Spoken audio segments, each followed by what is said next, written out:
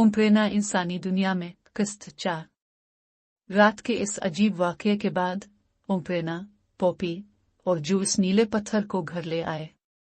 We ने इसे अपनी हवेली के तहखाने में छुपाया ताकि कोई और इसे न देख सके। पत्थर अब भी हल्की सी रोशनी और मौसीकी जैसी आवाज पैदा कर रहा था। ये पत्थर आम नहीं लगता, पॉपी ने कहा। शायद ये किसी खास जगह से आया है।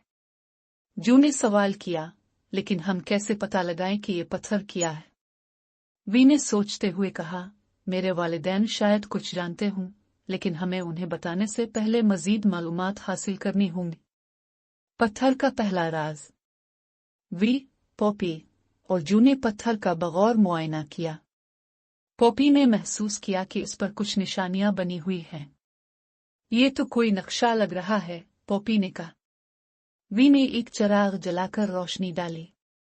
शायद ये हमें किसी और जगह की तरफ इशारा दे रहा है। नक्शे पर निशानियां जंगल की गहराई में एक पुराने तालाब की तरफ इशारा कर रही थी। जू ने पुरजोश होकर कहा, चलो, हम वहां चलते हैं। जंगल का पुरस्रार तालाब। अगली शाम तीनों दोस्त जंगल के इस तालाब की तरफ गए जहां नक्शे ने उन्हें रहनुमाई की थी। तालाब के गिर्द एक अजीब सी खामोशी थी, जैसे हुआ भी रुक गई हो। ये जगह अजीब लग रही है, पॉपी ने कहा। वी ने पत्थर को तालाब के करीब लाया और जैसे ही पत्थर पानी के करीब पहुंचा, तालाब में लहरें पैदा हो गई। अचानक पानी के अंदर से रोशनी निकली और एक दरवाजा सा बन गया। ये क्या हो रहा है? जू ने हैरत से कहा। वी ने मोहतात रहते हुए कहा, शायद ये पत्थर का अगला राज हो। दरवाजे के पीछे।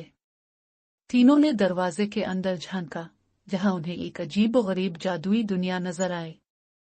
ये जगह चमकते दरख्तों, तैरते पत्थरों और अजीब मखलूकात से भरी हुई थी। ये तो किसी कहानी की तरह लग रहा है, पॉपी ने हैरत से कहा। अचानक एक छोटी सी मखलूक उनके सामने आ गई। वो वही मखलूक थी जो पत्थर के प्रोजेक्शन में नजर आई थी। तुमने मुझे ढूंढ लिया, मखलूक ने कहा।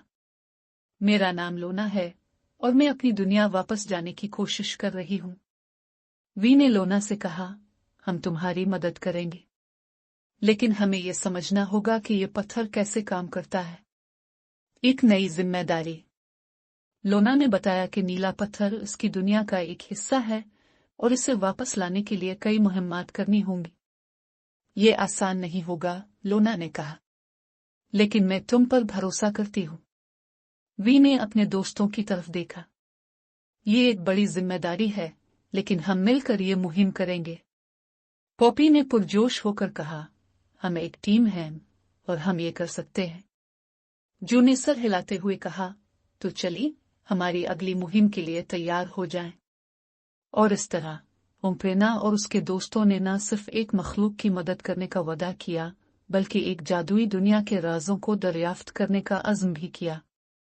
ये मुहिम इनके लिए मजीद हैरत अंगेज तजुर्बात का आगाज थी।